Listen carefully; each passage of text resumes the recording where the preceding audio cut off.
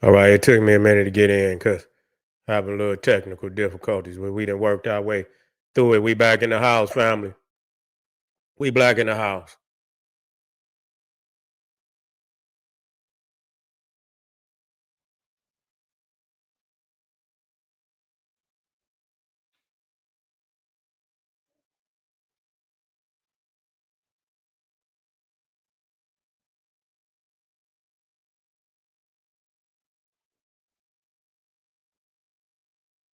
Okay, here we go. We in the house. Had to work my way through this. If you're in the house right now, give me a black power fist. Let me know you're in the house. You had to work through this. Time to clean something up off of my goddamn computer. I got so much on here that it don't even want to act right. All right, we're in the house, family. Black power, black power. Once again, you understand we dealing with ancient pagan symbols of Thanksgiving. Few people know about. If you're in the house right now, throw me a black power fist. And yeah, there we go. Black power. That's right. Put it in there, goddammit. I got to see you. If I don't, come on now. Show me you're in the house. We're going to rock out. Believe that. We're going to rock out. And so the first thing we're going to talk about, again, is the cornucopia, which y'all call the horn of plenty. You see, which we call yeah, we in the house. We're going, yeah, you understand what I'm saying? We're going to talk about the cornucopia. I know you're out there. You're into the goat worship. Thanksgiving, you didn't know it. Somebody didn't trick you. You didn't know, but the general is going to enlighten you today. Yeah, I'm going to enlighten you today. I know you didn't know you was in, you had the cornucopia up there. No, nobody told you it was goat worship. But the general going to break it down for you clearly and give you the information where you can go and do the research. You see, go and do the research. Matter of fact, I had it right here. Matter of fact, let me get it in here. And some people don't know, even want to believe it. They say, I don't know why this nigga said he think he can come in here and expose us like this. You know what I'm saying? We already got the turkey in the oven. You see what I'm saying? We cooking 2 turkeys. You see, now niggas barbecuing turkeys. Now you get a barbecue turkey. You see what I'm saying? Niggas already got the dressings and the macaronis, and you see all the sweet potato pies. You know you niggas is already got about 20 goddamn sweet potato pie. Ain't a damn table, ain't no room on the tables. You see what I'm saying? Ain't no room on the table. Motherfucker had to go to Walmart, buy an extra fold up, 2, 3 extra fold up tables. So you can put all the food that you're gonna cook for Thanksgiving Day. That's all right. You supposed to feed you. But what's the thanks for? Yeah, we thanking for what goddamn it, you should do that every day. You see, if that's the case, you should do it every day, and you should treat your people like you. What are you thankful for? You and every other day, nigga, you like fuck the world. Niggas out here killing and robbing and stealing. You understand what I'm saying? So we understand. It's symbolisms, but symbolisms do mean something. They do mean something, especially if you don't know what they mean, and people then paraded all these different. They be putting spells on you niggas and got you. You understand? Putting a spell on yourself. You end up putting a spell on yourself. And so the cornucopia, which is called the horn of plenty, and many times you see it have fruit. And a matter of fact, let me see if I got a picture of the cornucopia. I should right here. I'll throw one up for you. I'll throw one up for you. I'll throw one up for you.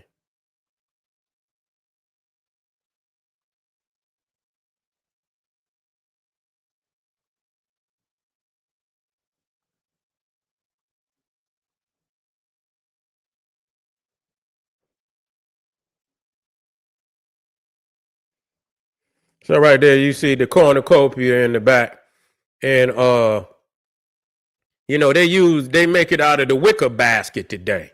You see what I'm saying? So you wouldn't think, you wouldn't be convinced that it was a horn, but it is a horn. And it's the horn of the goat. Okay, it's the horn of the goat. So you see in the corner, it's also called the horn of plenty. You see, it is also called the horn of plenty, and it's a harvest symbol. People, who, they want a harvest of plenty and abundance, at the end of the year, because that's what you're going to survive over the winter, the winter months. And you understand, so you hope for a harvest of plenty and abundance. And so you have, at the end of the harvest, you have a harvest festival. And so Thanksgiving is a harvest festival. Okay. But the symbol is what's crucial, because it comes out of ancient Greece and other ancient civilizations. The Romans, and had many. You had the goddess they call Ceres, which you get cereal. And then you had in the I believe the other goddess was Vesta, if I'm not mistaken. I believe she was the harvest. Was it Vesta, Ceres, or yeah, I get it. But anyway, they were all, even the goddess Fortuna, who was known for, fortune, and you know what I'm saying? Abundance of fortune. And she also, even Saturn, because Saturn was a harvest god. You would see him with the cornucopia. But the cornucopia is connected to Zeus. Okay, now how is the cornucopia, or the horn of plenty, connected to Zeus? Let's get into it. Let's get into it.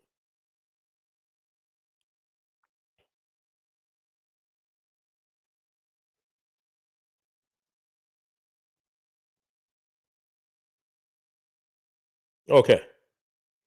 Now, again, the story of Zeus is a lot like the story of Jesus. In many, especially as a child, because in knowing the story of Zeus, his father Kronos, who was a very wicked deity. He was one of the titans, and he had, he was told a prophecy that one of his children would overthrow him. And so he began to eat all his children. I think he had 12 children, and he ate all 11 of them, and these were the siblings of Zeus. And when Zeus was born, Kronos told his mother, I think her name was Rhea, to bring Zeus. It's time. You feel me? He was gonna eat him. So what she did is she wrapped a stone in the blanket and gave it to him, and he swallowed the stone thinking it was Zeus, and they carried Zeus off to the island of Crete. So much like Jesus fled, Israel, and fled into Egypt from Hayrod. It's technically the same story. And they said they hid Zeus in a cave. Now, if you go into the Apocrypha and you go into the lost books of the Bible, there's a book called the Book of Infancy, where it talks about, when Jesus was born, and how he was also in that book born in a cave. You see, and so the similarities in these stories is not, I don't believe, by coincidence, especially when Zeus or Jesus is pronounced "Hey Zeus" in many of the Romantic languages. You see, I believe it's Spanish and Portuguese is pronounced "Hey Zeus." Okay, so it is not no coincidence that two chief deities will have the same name, the same pronunciation. That just ain't no coincidence to me. But when he fled, when they took baby Zeus into the island of Crete, he was blessed with this goat, and the goat was called Almathea. And I believe she may, the goat might have a constellation or something. The goat is called Almathea, and it was looked at almost similar to Heru, to Horus, because I believe Heru was looked at as a nursemaid for Horus. You see what I'm saying? Looked at, she looked out for Horus when, Isis was not around, so it was like his wet nurse. You see what I'm saying? And so much similar to how Heru is for Horus, Almathea was for Zeus. And, he was so strong that one day he would drink from her udder and it would be so sweet and all of this, and it could never run out. So he was playing with her and he made a mistake and pulled one of her horns off. You see, and that horn would produce all type of whatever he wanted. You know what I'm saying? That's where you get the horn of plenty, you see, coming from the goat Almathea. And so this is the first cornucopia. Okay, this is where the cornucopia come from. The horn magically produced endless amounts of food, fruits, grain, and abundance. So from the goat horn to the harvest symbol. So over time, the mythical horn became the harvest, a symbol for the harvest, prosperity, fertility, plenty, and abundance. You see what I'm saying? And abundance. Later, Greeks and Romans shaped it into a wicker basket overflowing with grain, fruit, and flowers. But the goat horn origin never changed. So y'all got to understand that aspect. You see, some things you could, is more of, is more occult, is hidden. You see, this one is not even really that much hidden. You see, it's just that you don't know. They didn't too much change that. The story of how it came to be is it is a Greek storyline. It's a symbol that comes out of, is connected with Zeus. It is connected with the goat, Almathea. So it is goat worship. So, you know what I'm saying? So many of you got to understand that Pan is the primordial goat god, devious, very sadistic, very, salacious and lewd, meaning that he's real wild as far as, sexuality and all of that. That's where you get what they call the horny goat weed and all of that shit. This is where it comes from. So just to show you, what may seem harmless, you understand the symbolisms up under that is not harmless at all. It is exactly the opposite of harmless. You see what I'm saying? And so right there, you dealing with the goat, and it's other symbols, and I'm not going to break down too many at one time tonight. We're going to bust it up, in parts so that, is easier to swallow, because sometimes, this shit is too much. But that one symbolism right there, and I tell you that the goat is their primordial god. You see, above all other gods, if you go into all of these holidays, there's the goat. There's the goat. That's the greatest zoo type of the European.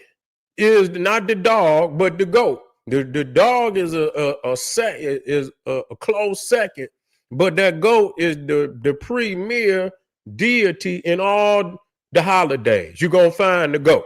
Whether you go into Halloween and you get Satan, you get the Baphomet and all of that. When you go into Freemasonry, you got the Baphomet.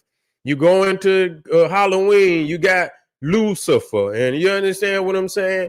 You go into Thanksgiving, you got the cornucopia. Then you go into the holidays of Christmas and New Year's, which is in the zodiac sign of Capricorn.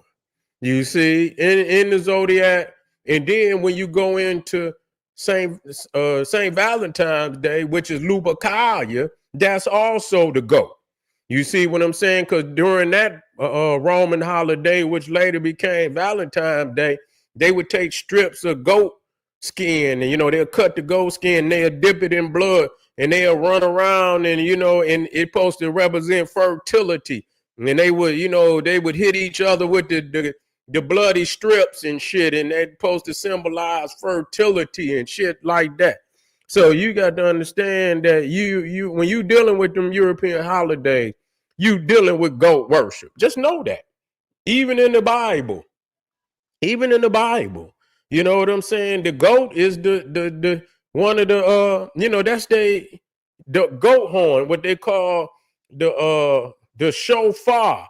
You see what I'm saying? The horn that they blow for the Hebrews, that's the goat horn. Did y'all know that? Yeah, that's the goat horn, the ram horn. You see? That's the goat horn that they blow. So this is most definitely symbolism that you got to know. And you sitting up here telling, I don't want to deal with you. Is dealing with the devil worship. You see, you is dealing with the devil worship. So this is just one go look it up. The cornucopia. And matter of fact, cornu, I believe that part of the word is goat. That's why you get Capricorn. Wait a minute. Matter of fact, let me look it up.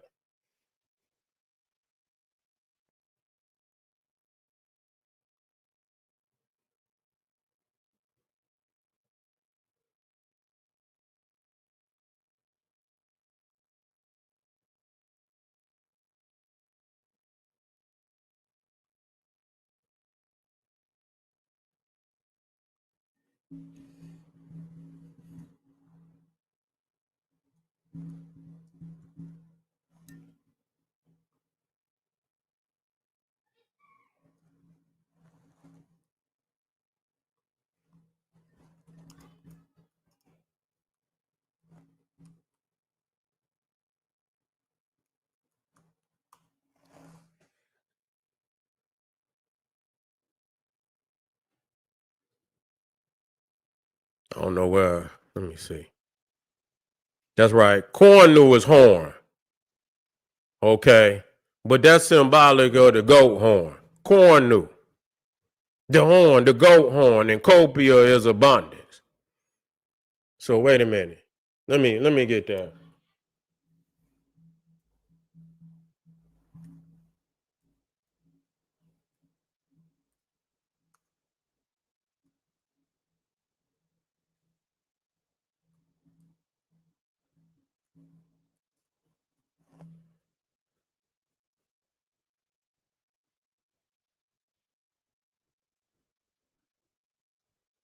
So the Capri is the goat, but the cornu is the horn, is the horn. So when you say Capricorn, that means the goat horn.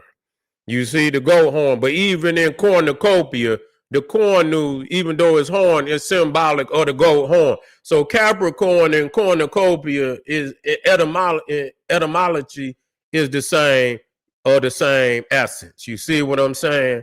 It's of the same. So you dealing with the goat. You see, you're dealing with the goat, and you talking about.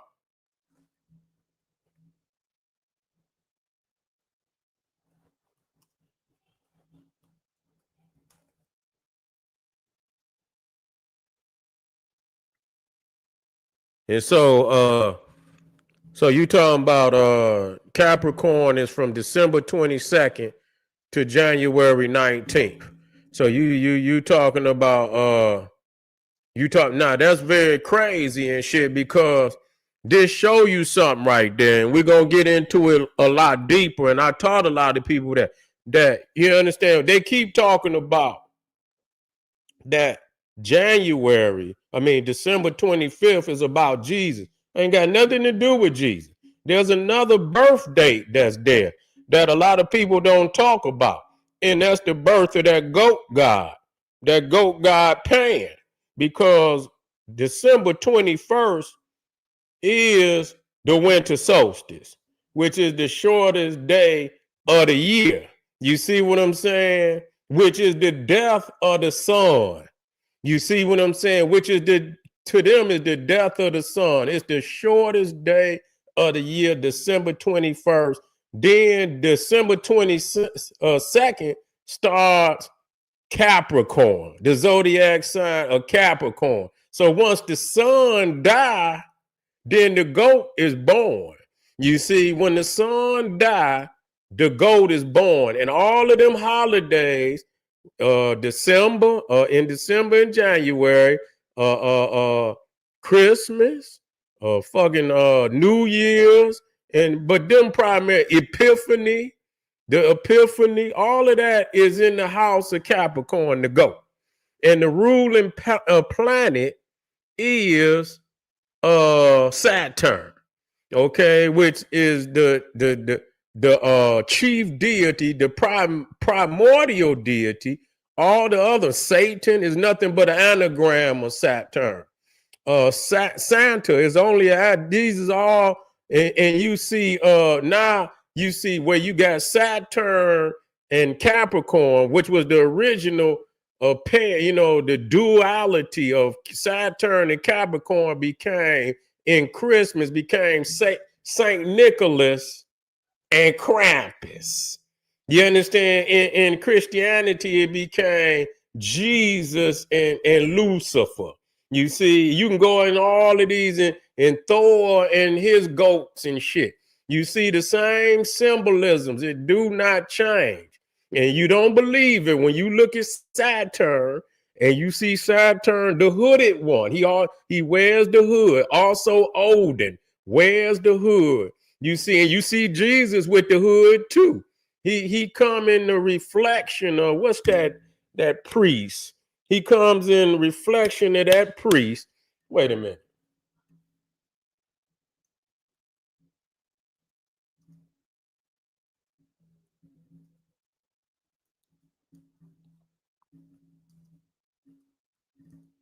Not the elected priest. Not the elected priest. Okay. Not him. Not the Pontifex Maximus.